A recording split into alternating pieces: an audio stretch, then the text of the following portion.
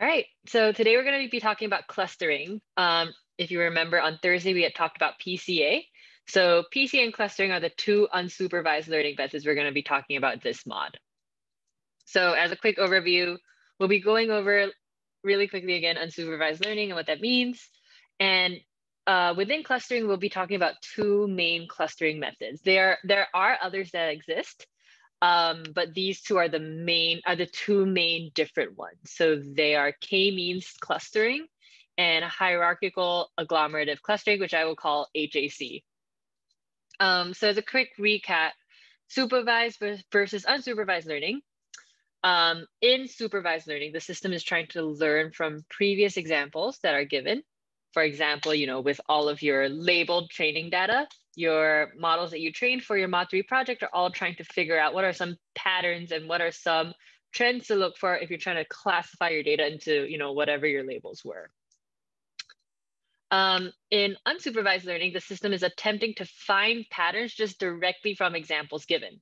So imagine that you didn't have your labels. So you didn't have like your churn, not churn. You didn't have your frisk flag. You didn't have your seriousness of your car crashes. Clustering aims to look for patterns only within your X data. I'm trying to make sense of that. Group your data points together based on purely your X data. So as a rule of thumb, one way that I use to remember, if a data set is labeled, it comes under a supervised problem. If a data set is unlabeled, then it is an unsupervised problem.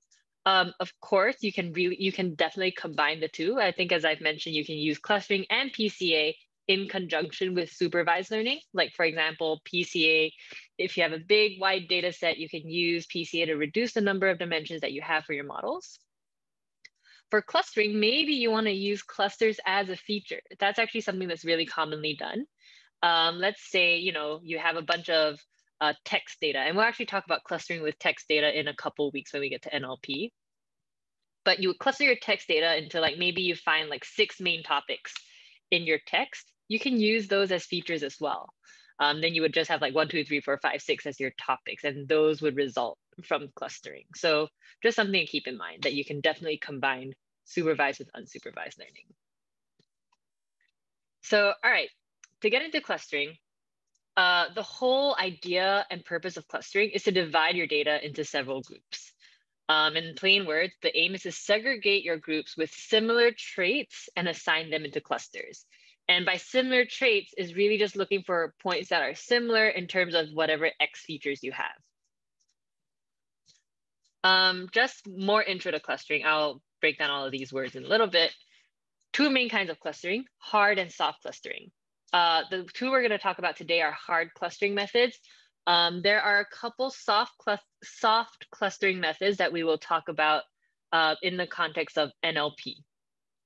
And so hard clustering, each data point belongs to a cluster completely or not. So that means if we're clustering NYC locations, each location will belong to one borough or another. So that means it'd be Manhattan or not Manhattan, Brooklyn or not Brooklyn. For soft clustering, a data point can belong to more than one cluster with a probability. So let's say you have a chain of restaurants, and maybe you have McDonald's, for example. McDonald's maybe is 50% in Manhattan, 30% in Brooklyn, stuff like that. So if you have a probability makeup, it is soft clustering. But today we're only going to talk about hard clustering methods, and those are the main ones. Questions so far on the setup of clustering? So when we talk about data, which is more categorical based, right? Mm-hmm. In that scenario, clustering will impact, or let's say the NLP will come into the picture. Ooh, yeah. So NLP is kind of categorical data, and clustering. All of these examples will be I believe all the examples I have here are continuous, but they can actually also be used for categorical data.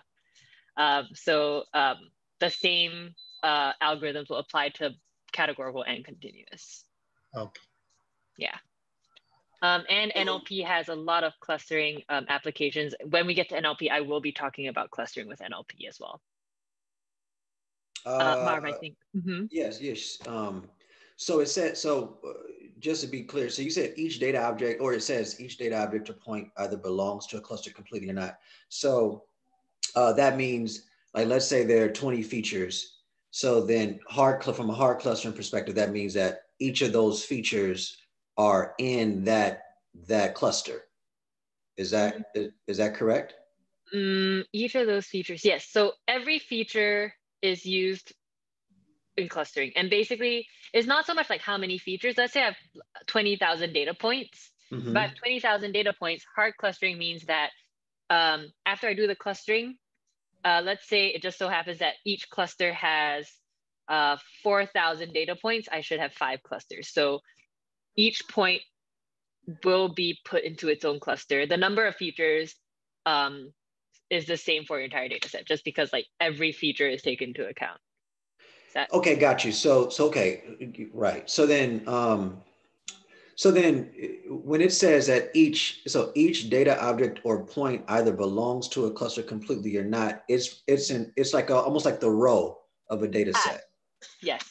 Each right? row will be labeled will be given to a cluster. Yes. So it's almost like you could like have the entire row, like the entire data set, and you could have a column, and then it would say this one here is in cluster 1, this is in cluster 2, this is in cluster 3, like that. Yeah, that's exactly what it is. Okay. And I actually have some examples showing how we put that together too.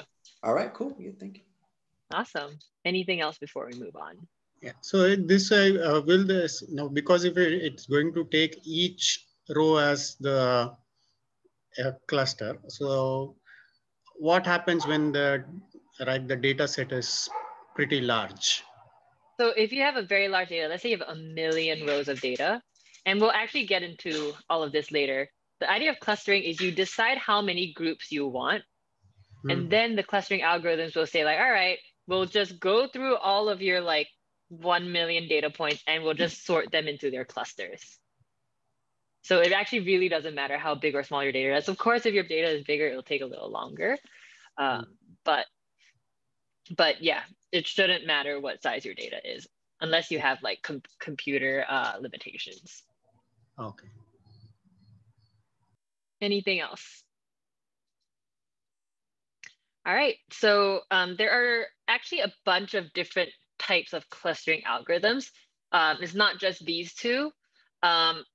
These two are the main ones because K-means clustering is a centroid-based method and HAC is a connectivity-based method. But there are others that exist. They just are not as widely used. But feel free, I believe they go through some of them in the lessons, in the labs. But I honestly think that using these two are good enough. But yeah, if you want to go and find out more about other clustering algorithms, they are out there. And a lot of them will fall under these two methods, although there are also others.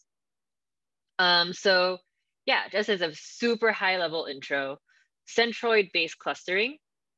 With centroid-based clustering, after your data is sorted into different groups, the cluster, what you use to like represent the cluster is a central vector or a centroid. And I'll show an example of how you get that later. And the centroid might not necessarily be a member of the data set. So this centroid is just really the middle of your cluster. It's like, think of it as like an average. So it doesn't have to represent a data point. It's just the average of your cluster. And we will get into a concrete example later on. This is an iterative clustering algorithm in which the similarity is derived by how close a data point is to the centroid of a cluster. I actually have some GIFs showing how that works later. And K-means is a centroid-based clustering method. The other clustering method is connectivity-based.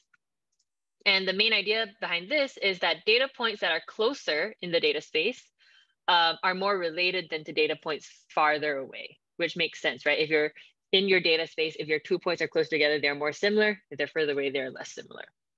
And the clusters are then formed by connecting data points according to their distance.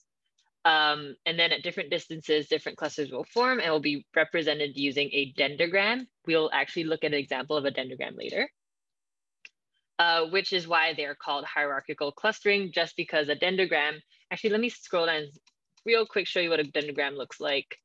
It sort of looks like this. It sort of looks like a tree. And basically this represents the clustering. And we'll get into it later as well. Where was I? All right, here.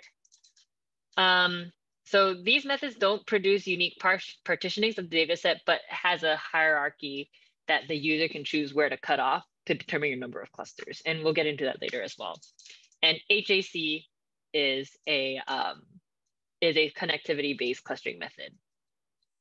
Let's see what else I have here. Yep, they are also not very robust towards outliers, which might show up as additional clusters or cause other clusters to merge. So with connectivity-based clustering, and we'll get into that later as well, outliers become a bit of a problem. Just really quick, that was all intro stuff that we'll go over later, so I won't take questions on that. But really quickly, the new things that we are importing here, you can see scikit-learn has a cluster package of which we are importing k-means, and I'm using this data over here, which we'll get into later. So let's start with k-means clustering. And here, let me just open up the documentation so we have it up.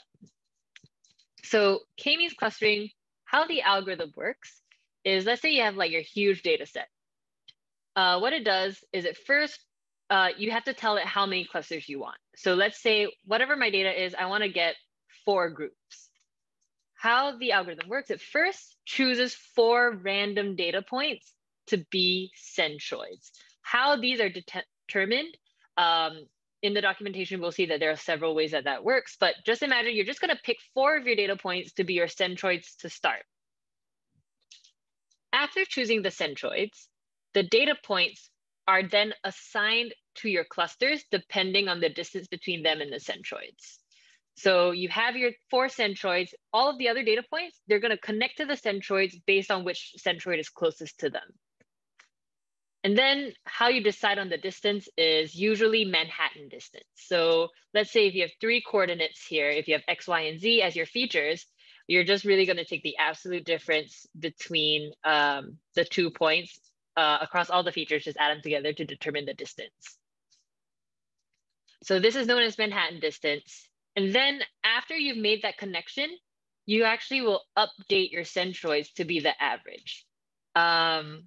If that doesn't make sense now, I'm going to show you a couple of examples, and usually these help.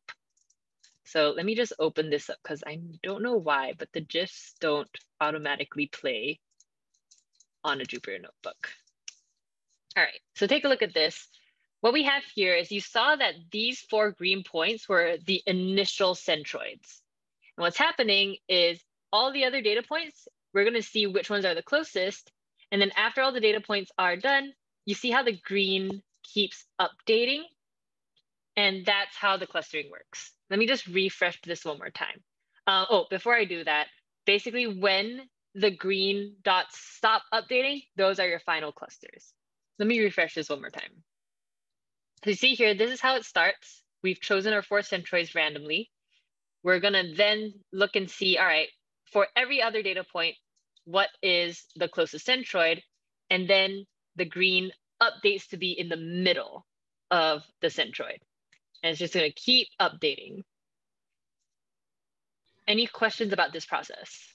Yeah, so what happens if, like, let's say if we have a live dashboard and the data keeps changing, will this continuously be based on the time frame, or it will be like, okay, as of when it just, will it provide that data?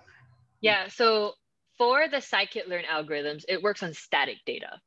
Okay. So this will only work on static data, although it wouldn't be hard to program something that will update your data frame and redo the clusters.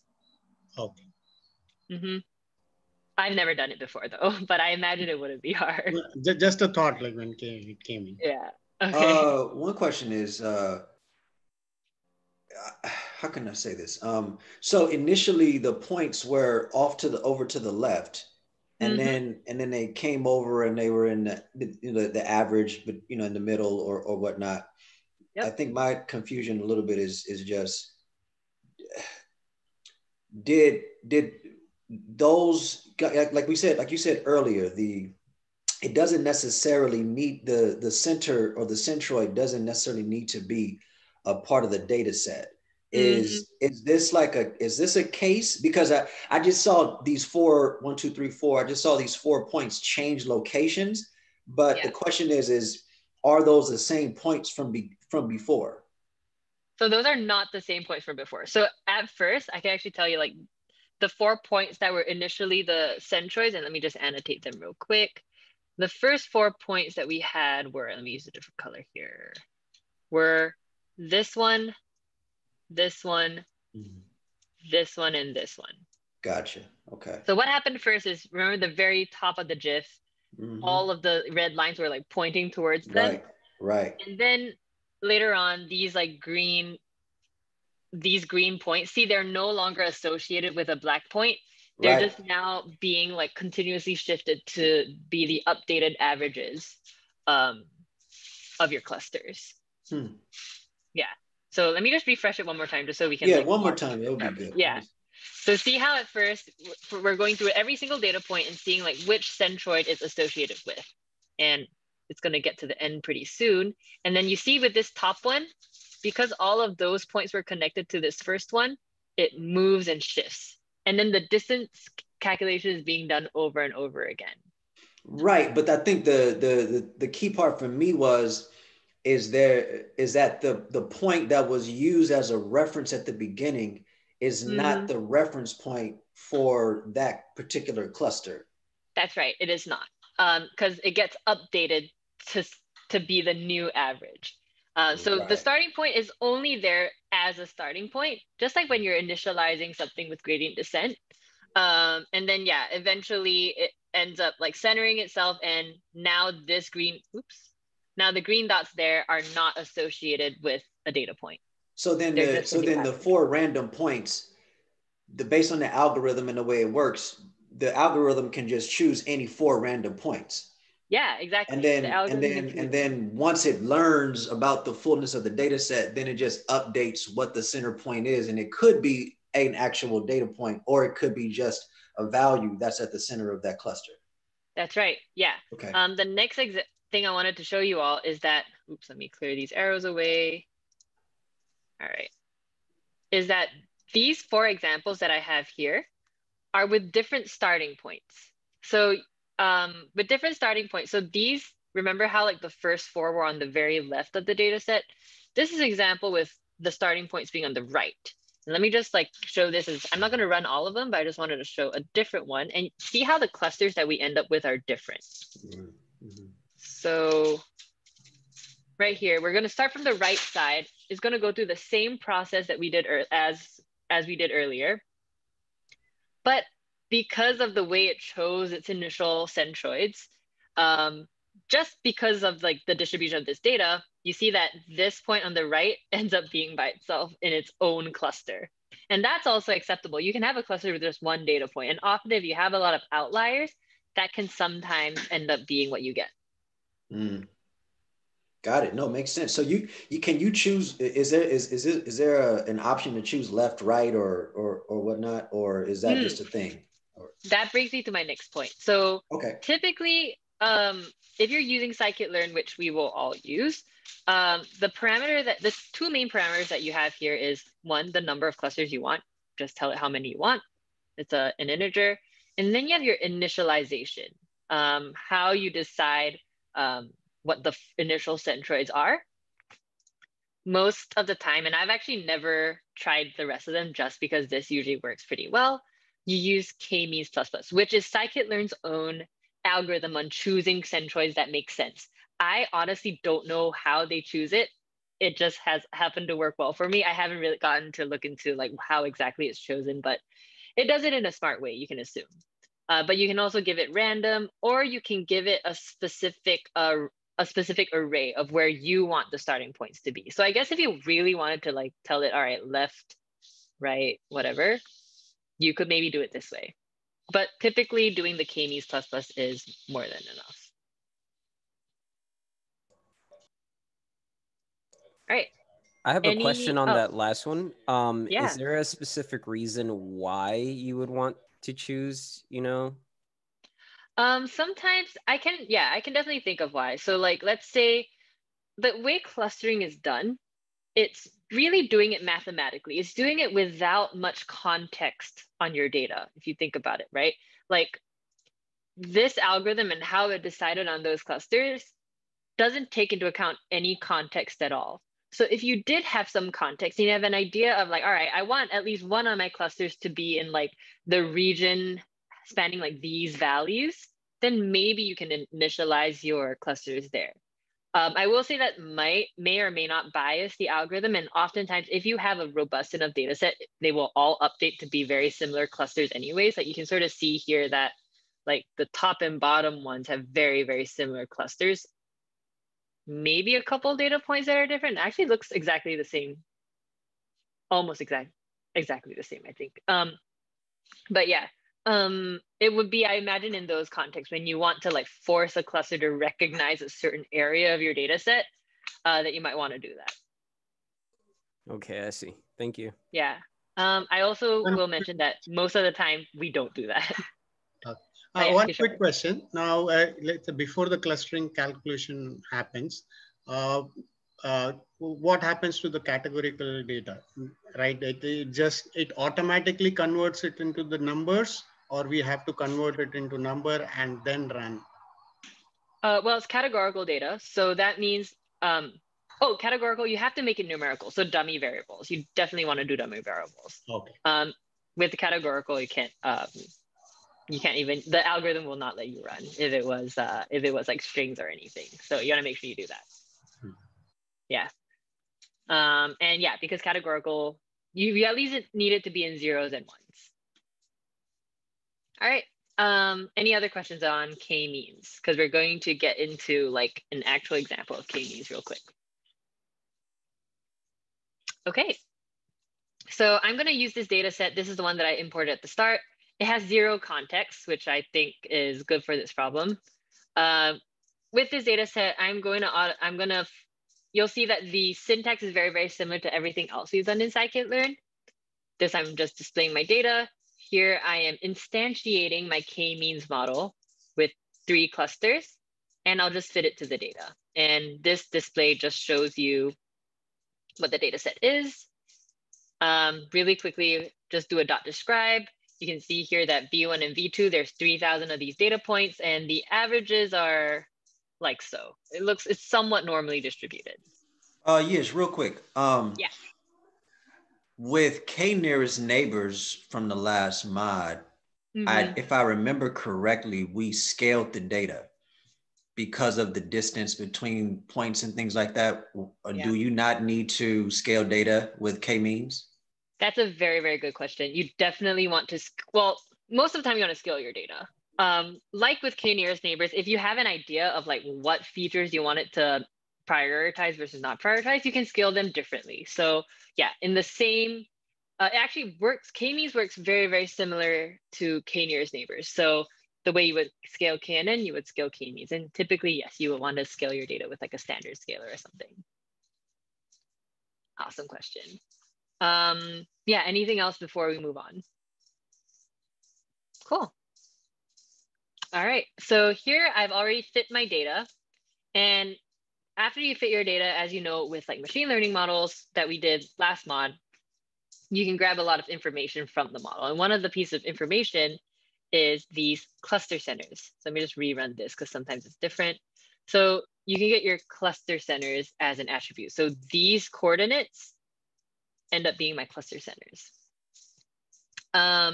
Also, as we did with other scikit-learn models, we use the .predict function to figure out what the clusters are.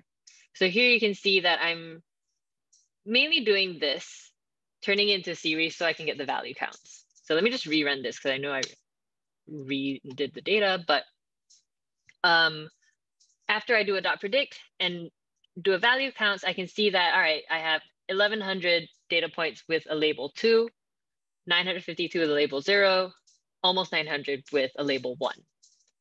And then all I'm going to do is I'm just going to concatenate this with my data set. And now I know which point belongs to which cluster. One thing to note is after I have these clusters, this algorithm will not tell me what each cluster should be. For example, it won't label these clusters with any useful information. So for example, this data set, I don't know what this data set is, right? V1, V2 means nothing to me. But if it was something that I know, like for example, maybe this is the iris data set and I asked for 3 clusters. Each cluster could be a different species, but it's really up to you to do some post-clustering EDA, looking within each cluster and seeing like how different are their distributions. And from that, maybe you have an idea of what you want to name these clusters. And those could form more meaningful labels. So instead of like 0, 1, and 2, I could name them like maybe like, I don't know, iris 1, iris 2, iris 3. But the labeling and the actual like deriving information from the cluster, that is up to you. Just to be clear, so in this, like once you're at this stage with the V1, V2 and cluster, could I, instead of these 2 variables, let's say they're 10, could I then do like a binary or a, like a multi-class type of situation where I do some, I don't know, random forest or something to see which feature is most present or most relevant to that cluster? Can you do something like that? Yeah, that's a very, very good idea. You can definitely do that. I've never thought of that, but you can definitely do so. Yeah, actually, that's something you could do. On that note, sometimes if people don't have if people have a data set that they really want to use for a classification problem, but they don't have labels, they use clustering to create the labels first. Right. Okay. Keep in mind that it sometimes will bias your data because your labels are generated from a machine learning model. But yeah, with different models, you will still probably end up with different like misclassifications depending on what model you use. So you can still derive a lot of information from it. Gotcha. All right. So something you can do is, as I mentioned, you would look into each cluster and then maybe like, for example, because this is only 2 columns, I did a quick dot describe just to see like, all right, what is the distribution within each cluster? So you could say that, you could sort of see that for cluster 0, actually, let me rerun these. So is this the correct one? For cluster 0, you see that, all right, the mean is around like 63 and -17. And for cluster 1, the mean is at like 9.5 and like 10.4. And so maybe if, these columns actually meant something, you can derive some information about like, the patterns that exist within each cluster. And maybe that can help you like decide what to call each cluster. Really quick, if you want to visualize your clusters, that's what you can do. This is the same clustering that we did earlier.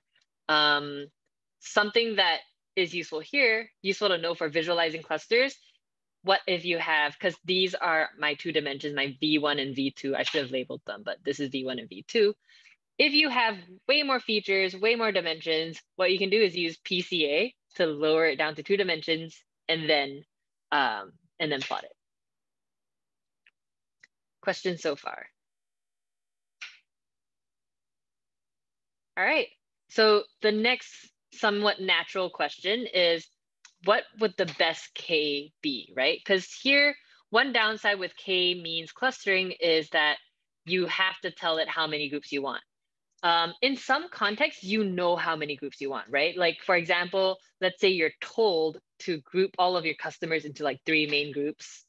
You know that your end cluster is going to be 3. But what if it's more open-ended? What if you're not told how many groups you want? You just want good groupings. There are a couple evaluation metrics that you can use for this.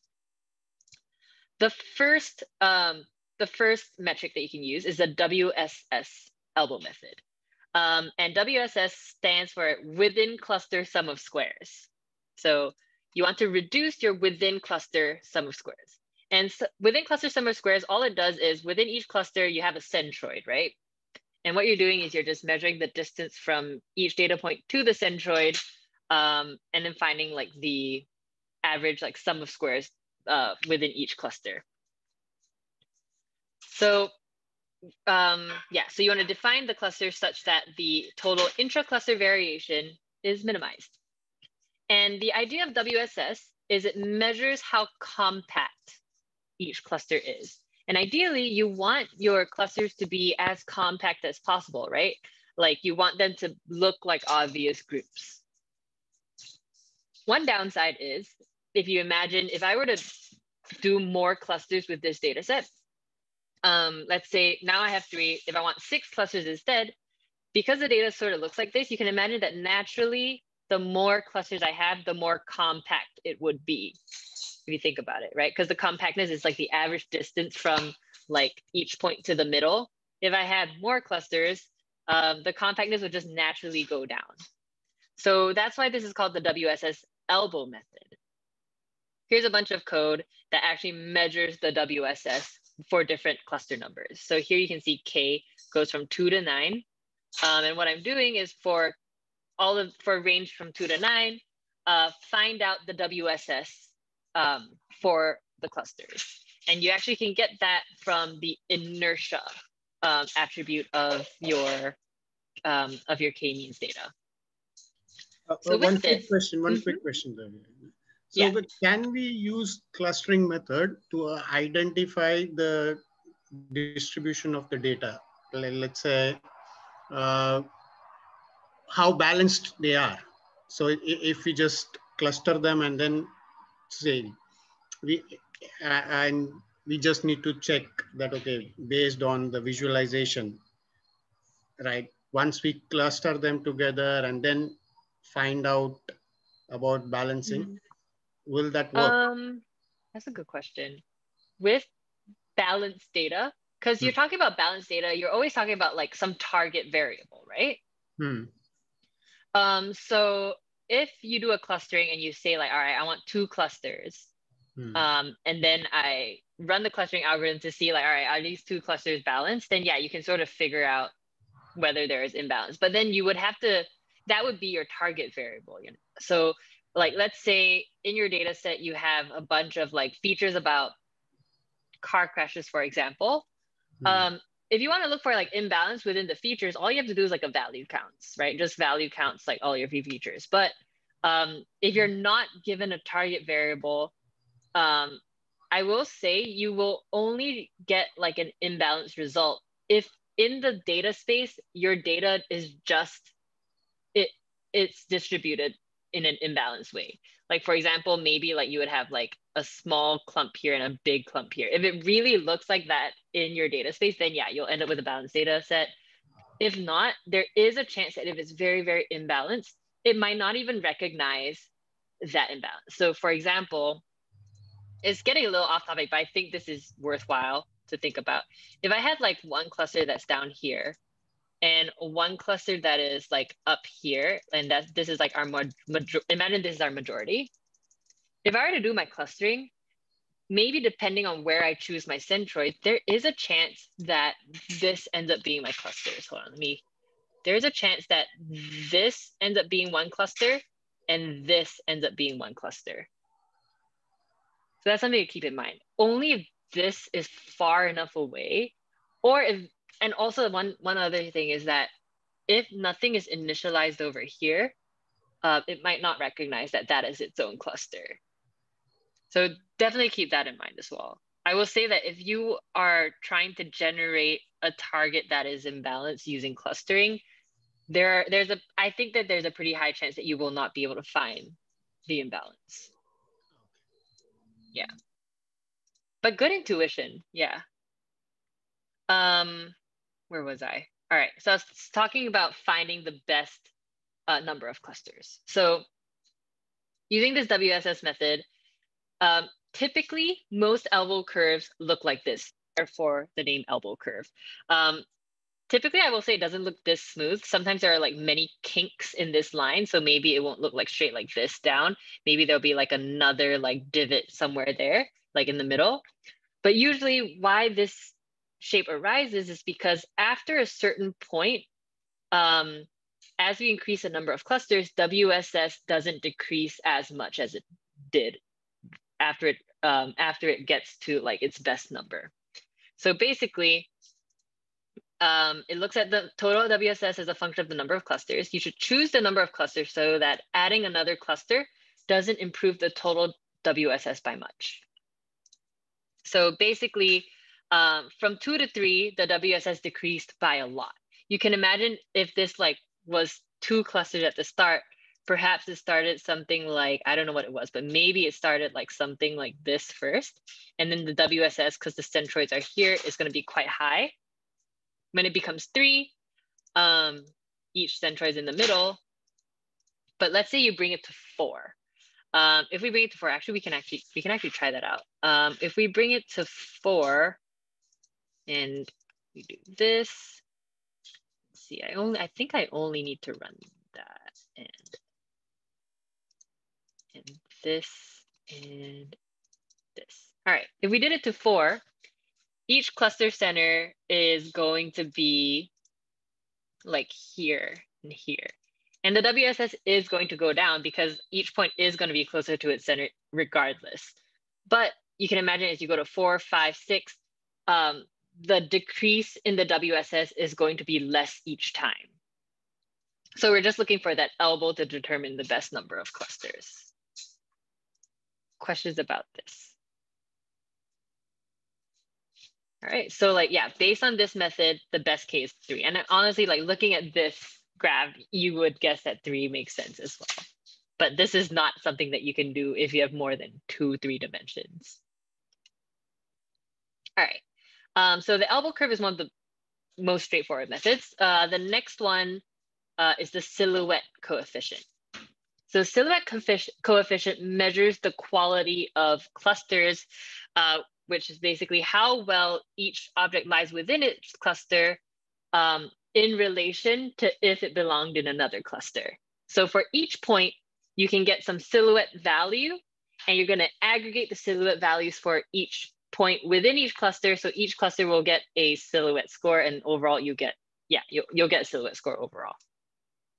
So what you do here, how you get this silhouette score, you can actually get it from scikit-learn metrics. So you actually have to feed it in your data and your cluster labels like this. And again, we're doing, oh, yes. It was just quick. Is this, I just thinking this through. Is that, yeah. Is this computationally intensive? Is this like doing the scoring? Yeah, to get the silhouette coefficient. So I would say for each number of clusters you're running is 1 computation. So it's actually not too bad. It's not, okay. It's not too, yeah, because it's really just doing a distance comparison. I would say it's maybe about as intensive as doing like a nearest neighbors look, okay. Which again, it really depends on the size of your data. Gotcha. Okay. But I would say like in relation to like running like some like intense models, this is definitely something you want to do. Like I wouldn't not do this. And usually when you're doing clustering, you don't just want to have 1 metric, you want to have multiple. And actually in your labs, they actually walk through quite a few more metrics that you can use to evaluate your clusters. Okay, thank you. But I will say these 2 are the most common ones. Okay. Yeah, so yeah, silhouette value measures how similar one data point is to its own cluster compared to other clusters. Silhouette scores ranges from -1 to +1. I will say this is, you never have to like measure silhouette score manually, so I wouldn't worry about it too much. But basically you want high silhouette scores. If most objects have a high value, clustering configuration is appropriate, but if you have a low or negative value, then the clustering configuration, it doesn't make sense. So similar as to how we were doing the WSS curves, we're going to do the same thing. We're going to test range from 2 to 9, and then take a look at the silhouette scores, which again is something that is built in. So from here, we're going to do this, and we get a silhouette plot. And the silhouette plot usually has a shape like this. It might fluctuate up and down. This red line is just the average of like through 2 to 9, so that is optional. But you might see multiple peaks, I will say. For this as well, you might be like deciding between like 3 and there's actually a tiny kink here at 6. And when you're trying to decide between multiple different number of clusters, 1, having multiple metrics helps, and 2, use your context. Like, does it make sense to group these into 3 or into 6? But for this one, it's pretty straightforward. You can see you have the highest silhouette coefficient at 3, And then after which, I believe it doesn't go much higher than the average. Questions so far? Yeah, one quick question. So is there a possibility that like for the number of clusters, after let's say 6, it again starts going up? Yeah, it's definitely possible because this data set is, I mean, perfect for clustering because there's obviously 3 clumps. But in other data sets, you might find multiple like good clusters, and it's really up to you based on your based on the problem that you're trying to solve, how many clusters make sense. So this elbow method, right, can also get you confused. Yeah, it can. So you might not have something that, let me just draw another example. Maybe you have something that looks more like this. And you have something like this, you're not sure, I guess this is a little, but imagine, let's say these 2 angles were more similar. It's really up to you and contextual knowledge, because clustering is really just math grouping your points together. I feel like it's still more important to take into account your context, your business problem. So you have a lot of leeway.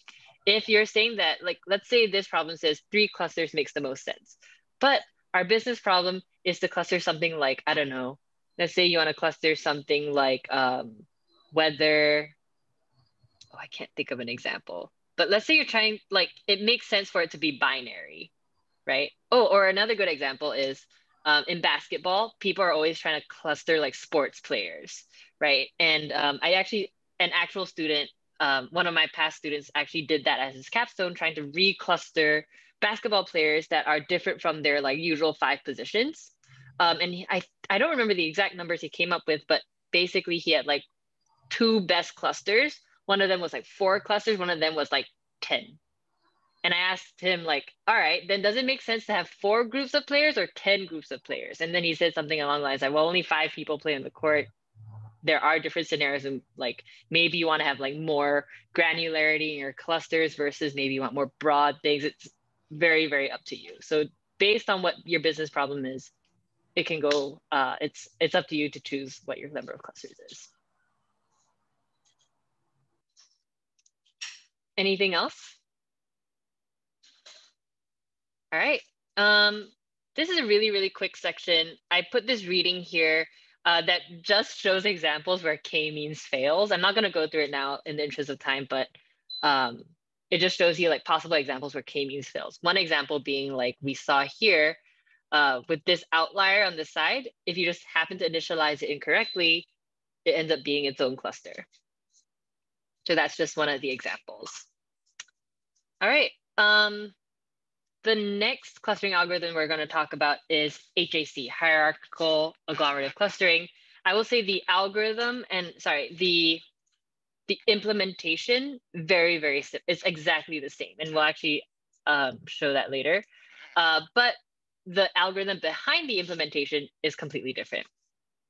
So remember how with k-means we chose the centroids first and they just update with each other? At the very start, every point is going to be associated with a cluster. HAC, a little bit different. The whole point is it's going to set out to group most similar 2 observations together from a bottom-up level. I actually have a diagram that goes through that in a little bit. So at the start, it actually sees every observation as its own cluster. And then the most similar pairs of observations will merge and form their cluster together. And then that process repeats. You're just going to keep looking for similar pairs of clusters, and you're going to just keep on merging. And that's how we get that tree diagram where you end up with, like, let's say here, let's say I have 10 fingers. So 10 data points at the start. Maybe like these 2 are the most similar, so these 2 merge. Then maybe like my 2 thumbs are the most similar, so they merge, and so on and so forth, until you get one big cluster at the top. But what matters is the order of how they fuse. Example that I have here, and this code is not important. This code is really just for this visualization. But you can see here, at the initial step, each data point is a cluster.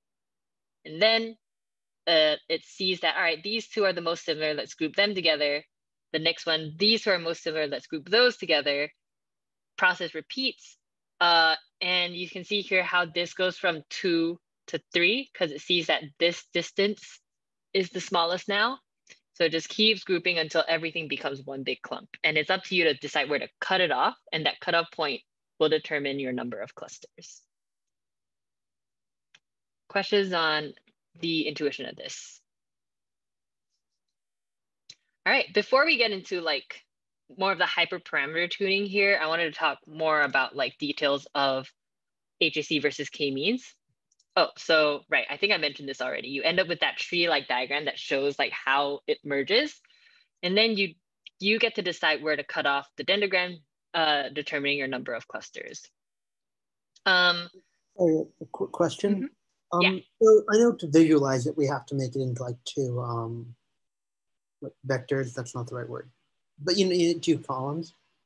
Can we run this with more, and it just is harder to visualize? We do that afterwards. Yeah, absolutely. Like, yeah, the only reason we could visualize this is because there are only 2 features. If you want to visualize it, you can use CA to reduce the dimensionality of your data and then visualize it. But yeah, if you have more columns, it'll run the exact same processes, you just have more dimensions. Anything else at this point? Awesome. All right, what was I talking about? All right, we talked about HAC already. Okay, so in to contrast k-means clustering, you get to assign individual observations to the pre-specified number of clusters according to distance between centroids and observations. One huge disadvantage is you have to specify the number of clusters beforehand, but for HAC you actually don't have to do this, right? Because no matter like, you know how like with k-means we saw that when you instantiate it with different cluster centers, you end up with different clusters. HAC, because it's very distance-based and it's bottom up, like it's really just grouping by similarity. No matter how many times you rerun HAC, you're going to end up with the same results. So that's maybe a pro, maybe a con, up to you to decide. Hierarchical clustering has some pros and cons. For a lot of people, it is intuitive and easy to implement. It is also more informative than k-means because it does take the individual relationships of your data points into consideration. And also, I mean, if you have like, I don't know, a big enough screen or a small enough data set, you can actually make use of the dendrogram. I mean, this is what a dendrogram looks like with 3,000 data points, but imagine if you had fewer, you can actually see where they are grouping together. You can maybe from this also determine which data points are most similar to each other. But yeah, obviously, very similar to like when you were plotting like the decision trees, after some certain point, it doesn't make sense to plot this visualization. And yeah, disadvantages to HAC. It's also sensitive to outliers. As you've seen, k-means is also kind of sensitive to outliers. Also, why outliers might be worse in HAC, that if you had an outlier and it happened to merge with something, you can't undo that merge, and it might lead to problems later on. So maybe not so much outliers, but make sure your data is clean and also accurate. I know accuracy of your data is hard to verify, but if your data is like all over the place and it's like, and if you have like wrong data, it will mess up your clustering. So yeah, any questions before we move into, I'll talk about the documentation a little bit and then we'll get into different types. All right, so with the documentation, there are 2 main things that you want to tune in HAC. Even though I said that, like, you know, every time you do HAC, you don't really have to like the number of clusters doesn't really affect the clustering algorithm. You still have to tell it how many clusters you want just so it can give you the appropriate labels. So yeah, you do that. And then the other thing that you want to tune is linkage. And I'm going to get into the different kinds of linkages later. But basically, linkages are determine how you decide on what is most similar to each other, right? At the very start, yeah, it's just the distance between the data points. But later, if you have like, you know, clumps here and clumps here, how do you determine that distance? Questions so far before I get into it? Yeah, can you just go over it again real quick as far as the number of clusters? Like why would we what's the purpose of tuning within clusters if HAC doesn't need it?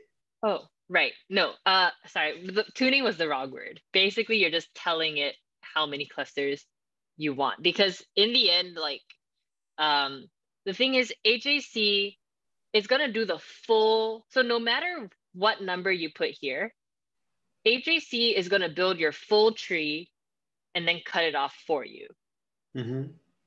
And so if you run this with like clusters equals to 2, 3, 4, it's gonna give you the same tree and then just cut it, and then just cut it off at like where it's 2, 3, or 4 clusters.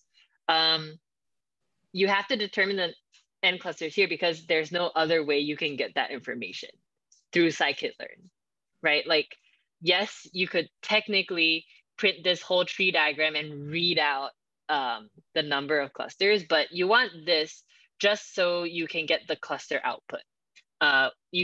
Just so that you can get like this information here, not this, but this information here. So okay, so then for, I don't remember the name of it, but for K-means? Okay, K-means. Yeah, so for K-means, you are saying, hey, you know what, I want 5 clusters or 3 clusters or whatever. And then that is the parameter that is going to use to create the output of clusters. But for HAC, you're just saying how many clusters you want, but that's not being used as a parameter to create for the algorithm to analyze the data set. But once it's done, then it's going to give you the output in the number of clusters that you want. Yes, that is absolutely correct. Yeah, that's exactly right. Okay. I actually have a few more visualizations towards the end showing you like why that is the case. Okay. Or more like description of like why of how HAC clusters work. Because if in using k-means, if you have different numbers, your clusters might turn out very, very different. But for HAC, you'll see that if you increase the number of clusters, the clusters that you have will just split up. And I'll have visualizations just show that. And one quick thing about that is the usefulness, like for us as data scientists, is the usefulness of that just related to being able to I guess just interpret that particular model and what's kind of output from the modeling and everything? Is it really like the usefulness of that is just for us, right?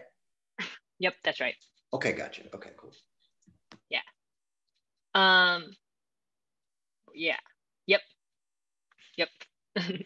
So for HAC, the thing that I mentioned that you got to tune is linkage.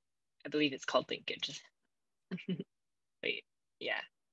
Linkage, there we go. Linkage. So there's complete, average, and single. And ward as well. I forget which are the ones, what the names of them are, honestly, but oh yeah. So here we talk about single, complete, and average.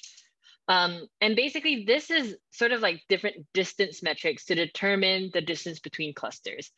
It's more so used after, you start getting clumps, because, when you just have single data points, like each cluster being a single data point, the distance is just the distance. But how do you determine distance when you have clumps of data points?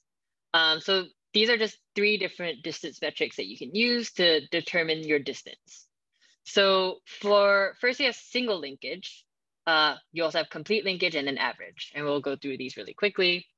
So for single linkage, how you determine the closest clusters is based on the closest data points.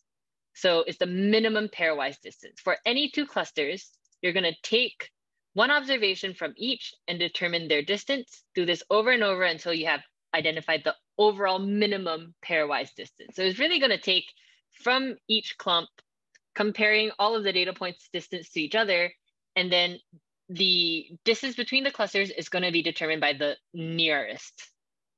So this is going to be the distance between R and S. In contrast, you have complete linkage, where your distance, and these are the same clusters, your distance is determined by your furthest distance between the two clusters. I will say at this level, at my level too, the difference of like choosing which linkage to use, what people usually do, or what a process I like to do is test both of them or three of them and just look at which ones end up being in different clusters when I use two different distances, because these really only affect like the edges of clusters. So yeah, take that into account. Or honestly, because clusters are sometimes used as like an EDA tool, you can use clusters as an EDA tool as well. It doesn't really matter which one you pick. So again, it's really context dependent. If you want to get into tuning, that's how you would figure out which one you want to use. So we have single linkage, complete linkage, and then finally you have average linkage, which as it states, it's just the average distance between all of the points in both of the clusters. And in doing this, that's how you determine what merges with what. Questions about this? All right, so here, I'm not gonna run these cells because these actually take a while to run. I will say if you have a big data set, it doesn't make sense to plot this dendrogram. But here's the code for the dendrogram in case you wanted to see it. It actually comes from SciPy, the Science Python package. And yeah, all you have to do is feed it in your data and it will do it for you. You actually don't need to run the model, which is kind of neat for this. You don't have to run the scikit-learn model for it to plot the dendrogram here. So just so you all know, you can also have it like cut off. What does dendrogram mean? What does that represent? Yeah, it's really showing you. So the bottom of this is all 3,000 data points. I wish I had a smaller, oh, you know what I could do? But I'm not sure if this will work, but let's try. Let's see, let's just take the first 10 and see what happens. Did I not do iLook correctly? Oh. All right. Hopefully this doesn't take too long, but it basically shows the order of the merging. Okay, we'll come back to this and see if it runs. But yeah, Henry, hopefully it runs and I'll explain how it works. But basically it's showing like a tree, how your clusters are being formed. Yeah, this one's gonna take a little bit, unfortunately. All right, yeah, we'll get back to this because we are a little bit short on time. Really quickly, what this is for is I wanted to compare your k-means clustering to your HAC clustering. And as you can see, the syntax is very, very similar. Something that we also haven't talked about is you can also stack these methods. So here is the instantiation step. I can actually stack the fit predict onto it. I prefer not to do this just because I like to have my things separate, but if you want to save a line of your code, this is something you can do. So what I'm doing here is I'm actually doing the dot predict on both the k-means and HAC. All I'm doing is concatenating this into a data frame here. And then we can compare our clustering results. So, oh, that means this should have been done running. Okay, this is not what I was expecting. I think I did it the wrong way around. Let's do this real quick. Oh, there we go. Okay, we'll circle back to that later on. But basically you can see that each of these at the bottom is a data point. And then this is how they're merging. So it seems like these two data points merge first, followed by these, followed by, I think, this one next. And yeah, so it's not the most easy thing to read, but it does show the order of your clusters. And based on this, it actually shows that 9 of your points ended up in one cluster and 1 in another one. So that's how you read the dendrogram. And very unlikely you'll need to do this because I think that most data sets that you'll have, it doesn't make sense to have it displayed this way. Questions on this? Yeah, one quick question. So now here, like the representation is in 2 different colors.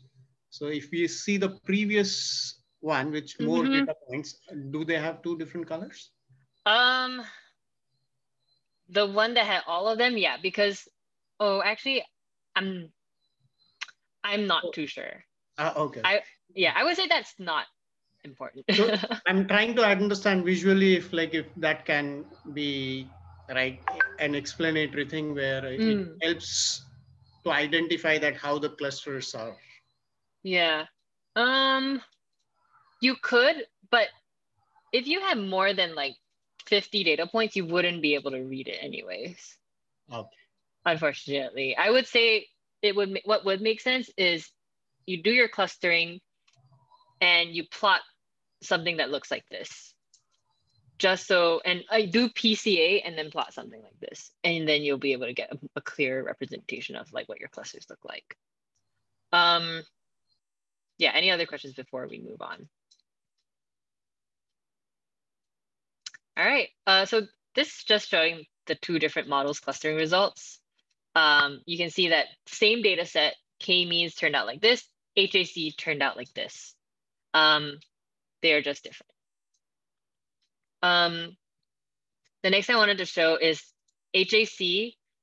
This is going to plot with a different number of clusters. So I'm actually plotting here 5, 6, 7, and 8 clusters, and this is 4 clusters, right, with HAC.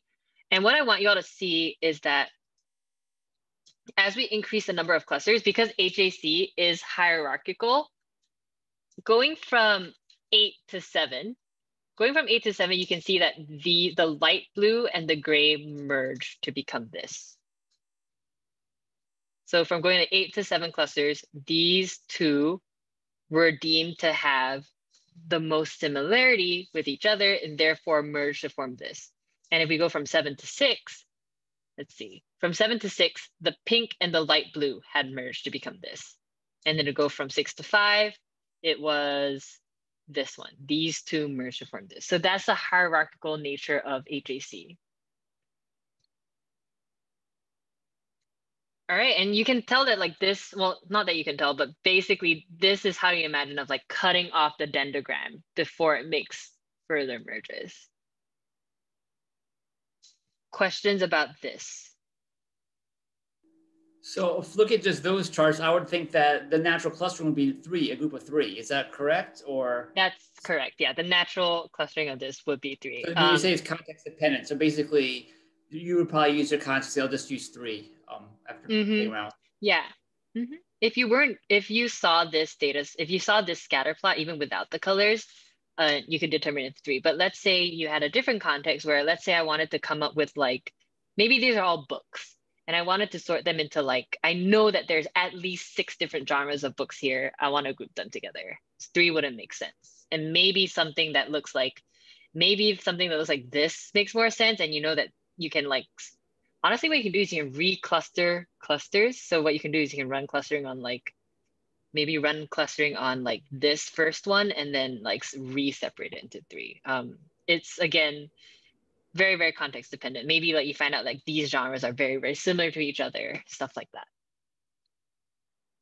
that. But yeah, the last thing I wanted to talk about is that with HAC, you can get the same, you use the same metrics to evaluate them as k-means. So the Wss Elbow method and the Syllabus Coefficient, and I think in your lessons they talk about like 3 or 4 more.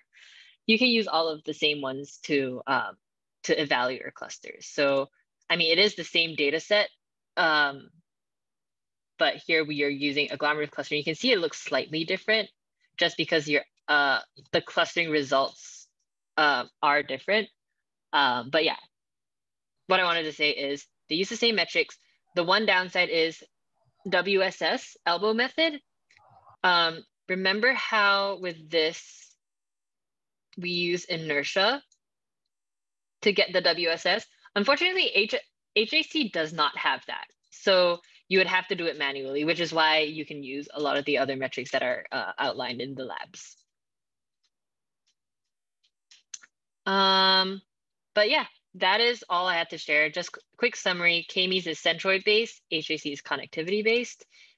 K-means also has an element of randomness, while HAC does not. That's an important difference. And in context, you want to examine the data points in each cluster and then manually label them. Yeah, any questions to end out?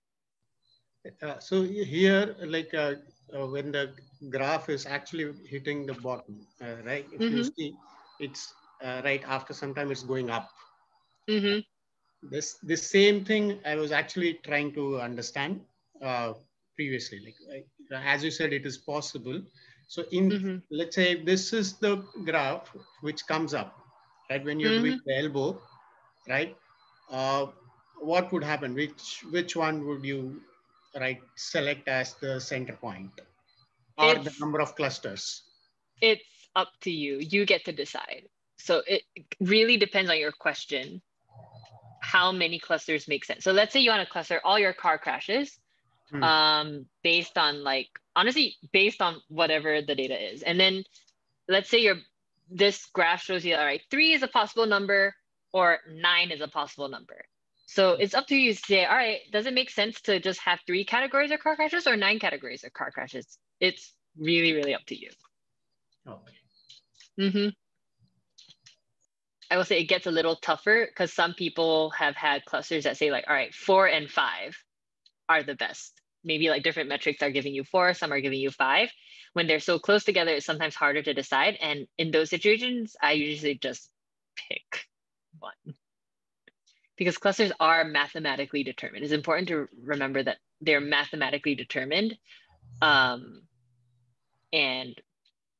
because of that, you having contextual knowledge, you can make a more like not educated or a more context. Yeah, I think all comes back to like context, a more context-based decision on how many clusters you want.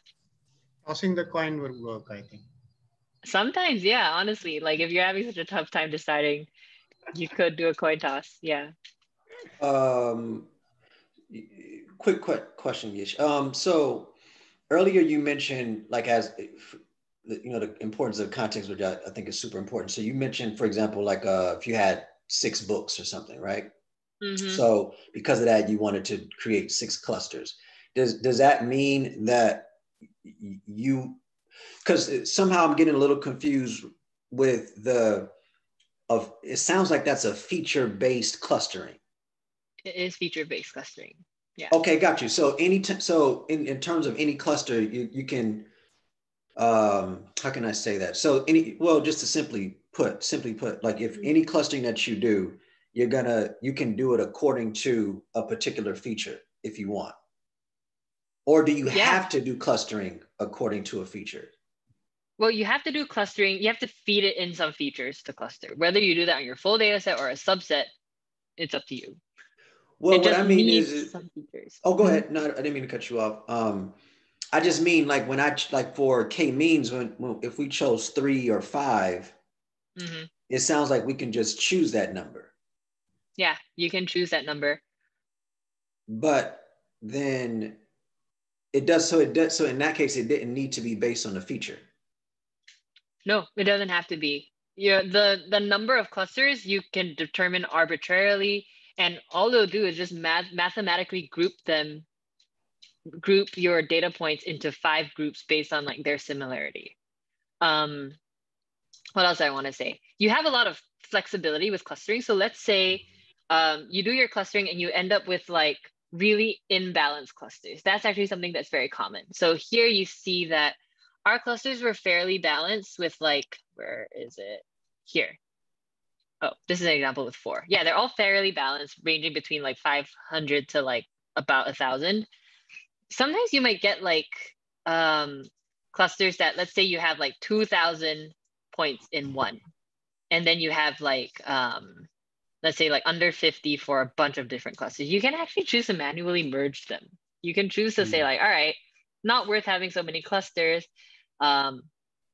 Maybe plot them on a graph and see like, all right, which clusters make sense to merge together. And that's okay. Yeah. I get the clustering part, and I don't want to take too long on this, but it's just because like for example, like we're looking at the data frame, and it says V1, V2, these are 2 variables, and then it's saying which cluster that each row is a part of. So those are 2 features that are a part of this that are related to the cluster number 2. So if I wanted to separate according to those 2 variables, and then you had 2 different clusters, well, technically, according to this data frame, both of those variables are inside of each cluster, are inside of the Oh, yes. Whatever features you're feeding into, where is it? Into the dot fit is typically all the features. Yeah, Right. whatever you fit to here, every feature is going to be taken into account when you're Right. creating the clusters. Right, but then basically what you're saying as far as like, okay, the car craft, books or 6 books or whatnot. If I'm doing k-means and I separate, okay, I want to do 6 because I have 6 books. Well, in the data frame, each book would be connected to that particular cluster. So it was a little confusing for me to think, okay, 6 clusters, because in my mind intuitively, I'm thinking that it'll be, this cluster is one book, this cluster is another book, but it's not necessarily like Yeah, that. more specifically, let's say you have let's say you have a library, and we have not determined the concept of genre. And let's say we're like, all right, I want to group my books based on like the author, maybe based on like how many words it has, maybe based on like the age range of like who the books are meant for. I don't have any genre data yet. I can use clustering. That's the key part. Yeah. That's the key part. Okay, so you don't have any genre. You don't have a label yet. So you're saying you want to group it according to, perhaps I want to group in this way. So let's do 5 or 6 or something like that, right? Gotcha. Yeah. Thank you. Right. Okay. You're welcome.